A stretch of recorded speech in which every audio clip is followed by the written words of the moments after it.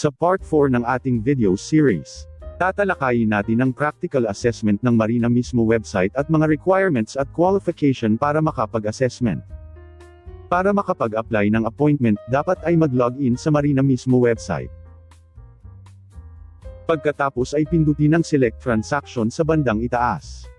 Lalabas dito ay ang Examination, Marina ID, Certification, at Legal Clearance. Lahat ng application sa ilalim ng examination ay regular processing lamang. Sa ilalim nito ay pipili ka ng application na kailangan nyo. Theoretical Exam, Practical Assessment, Resit, at Reschedule. Ang theoretical exam at practical assessment ay para sa unang beses na pag-apply for theoretical exam o practical assessment. Ang resit ay para sa mga naka-exam na ngunit may kulang na competency na kailangan balikan or retake o failed sa examination. Qualified ka din dito kung ikaw ay absent during the scheduled resit maliban lang if due to sickness, death of immediate family, early deployment, or force majeure. Ang reschedule ay para mag-reschedule ng examination mo. Ito ay para sa mga absent during the initial exam schedule. Para sa lahat ng practical assessment, piliin lang ang practical assessment. Sunod ay pumili sa document type ng klase ng assessment na inyong kukunin. Deck Management at Operational Level, Electro Technical Officer, Electro Technical Ratings o 3-7, Engine Management at Operational Level, GMDSS Radio Operator. Ratings as Able Seafarer Deck o 2-5. Ratings as Able Seafarer Engine o 3-5. Ratings forming part of Navigational Watch o 2-4. Ratings forming part of Engineering Watch o 3-4. Pagkatapos pumili, makikita na din kaagad ang qualifications at mga requirements sa ibaba. Ito ang magsisilbing checklist nyo ng mga required documents para makapag-assessment. Pagkatapos pumili ng assessment, e-check ang box na ito at pindutin ang Proceed button. Iisa-isahin natin ang mga requirements ng assessment sa mga susunod na parte ng video na ito. Pagkatapos pindutin ang Proceed button, mapupunta kayo sa Application Information. Lahat ng detalye tungkol sa inyong application ay nandito. At sa bandang ibaba ay ang requirements. Pagkatapos makomply at upload o i-attach ang documents, pindutin lang ang Submit button para ang application mo ay masubmit sa Marina Evaluator. Hihintayin nyo na lang ang notification o text message from Marina kung approved na ba o mayroong kulang sa inyong application. Kaya mahalaga na mag-double check kung tama ang inyong contact number sa inyong personal information o mag-monitor ng inyong Marina MISMO account. Practical Assessment Requirements, Deck Management Level. Una, valid medical certificate in PEME format. Maaring gamitin ang medical certificate ng nakaraang kontrata pero dapat ito ay valid o hindi expired. Pangalawa, certificate of passing the deck management level. Chief Mate or Master Theoretical Examination. Kung ikaw ay kumuha ng exam from December 2019 onwards, hindi mo na kailangan pa mag-upload ng certificate na ito. Pangatlo, COC as Chief Mate or Master. Ito ay required lamang kung ang application mo ay for revalidation.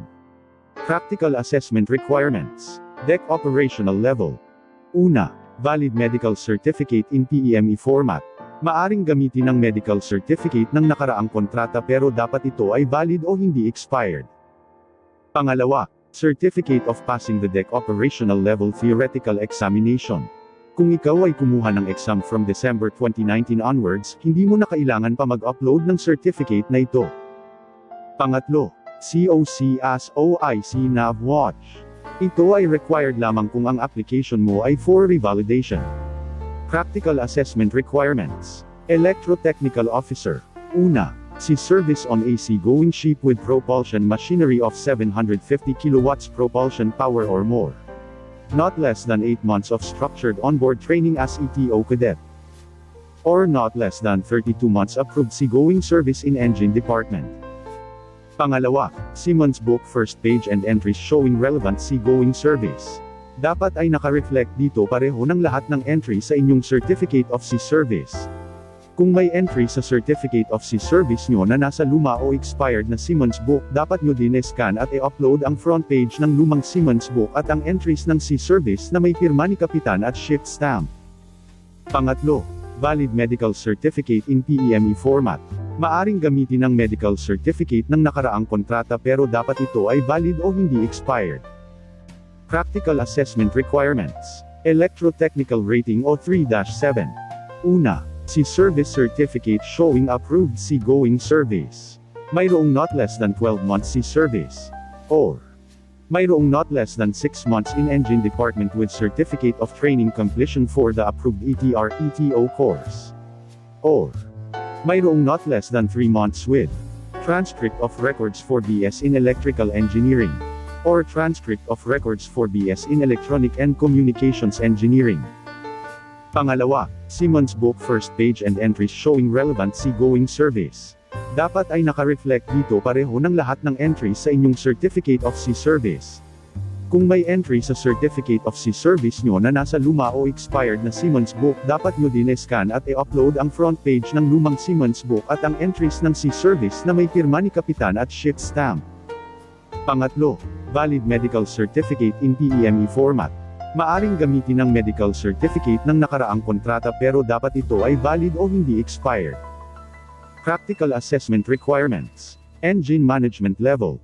Una, valid medical certificate in PEME format. Maaring gamitin ang medical certificate ng nakaraang kontrata pero dapat ito ay valid o hindi expired. Pangalawa, certificate of passing the engine management level. Second engineer or chief engineer theoretical examination. Kung ikaw ay kumuha ng exam from December 2019 onwards, hindi mo na kailangan pa mag-upload ng certificate na ito. Pangatlo, COC as second engineer or chief engineer. Ito ay required lamang kung ang application mo ay for revalidation. Practical assessment requirements. Engine operational level. Una, valid medical certificate in PEME format. Maaring gamitin ang medical certificate ng nakaraang kontrata pero dapat ito ay valid o hindi expired. Pangalawa, certificate of passing the engine operational level theoretical examination. Kung ikaw ay kumuha ng exam from December 2019 onwards, hindi mo na kailangan pa mag-upload ng certificate. Pangatlo, COC as OIC Engine Watch. Ito ay required lamang kung ang application mo ay for revalidation. Practical assessment requirements. GMDSS radio operator. Una, valid medical certificate in PEME format. Maaring gamitin ang medical certificate ng nakaraang kontrata pero dapat ito ay valid o hindi expired. Pangalawa, COC as GMDSS radio operator. Ito ay required lamang kung ang application mo ay for revalidation. Pangatlo, certificate of passing the GMDSS radio operator theoretical examination. Kung ikaw ay kumuha ng exam from December 2019 onwards, hindi mo na kailangan pa mag-upload ng certificate na ito. Pang-apat, any valid government-issued identification document. Requirement lamang ito para sa mga hindi BSMT graduate. Practical assessment requirements. Ratings as able Seafarer Deck o 2-5. Una, COT in ratings forming part of Navigational Watch o 2-4. Pangalawa, Sea Service Certificate.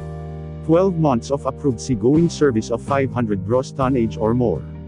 Or, 18 months approved seagoing service in the deck department of 500 gross tonnage or more. Pangatlo, Seaman's Book first page and entries showing relevant seagoing service. Dapat ay naka-reflect dito pareho ng lahat ng entries sa inyong Certificate of Sea Service. Kung may entry sa Certificate of Sea Service nyo na nasa luma o expired na Seaman's Book, dapat nyo din scan at i-upload ang front page ng lumang Seaman's Book at ang entries ng Sea Service na may pirma ni Kapitan at ship stamp. Pang-apat, transcript of records for BSMT. Ito ay required lamang kung ang Sea Service nyo ay 12 months lang. Pang-lima, valid medical certificate in PEME format. Maaring gamitin ang medical certificate ng nakaraang kontrata pero dapat ito ay valid o hindi expired. Pang-anim, COT in proficiency in survival craft and rescue boat. The COT will be verified in the Marina system or certificate of completion for PSCRD. Practical assessment requirements. Ratings as able Seafarer engine o 3-5. Una, COT in ratings forming part of engineering watch. Pangalawa, Sea Service Certificate. 6 months of approved seagoing service of 750 kW propulsion power or more. Or 12 months approved seagoing service in the engine department of 750 kW propulsion power or more. Pangatlo, Siemens Book first page and entries showing relevant seagoing service. Dapat ay naka-reflect dito pareho ng lahat ng entry sa inyong Certificate of Sea Service. Kung may entry sa Certificate of Sea Service nyo na nasa luma o expired na Siemens Book, dapat nyo din scan at i-upload ang front page ng lumang Siemens Book at ang entries ng Sea Service na may pirma ni Kapitan at shipped stamp. Pang-apat, Transcript of Records for BS Mar-E. Ito ay required lamang kung ang Sea Service nyo ay 6 months lang. Pang-lima, Valid Medical Certificate in PEME format.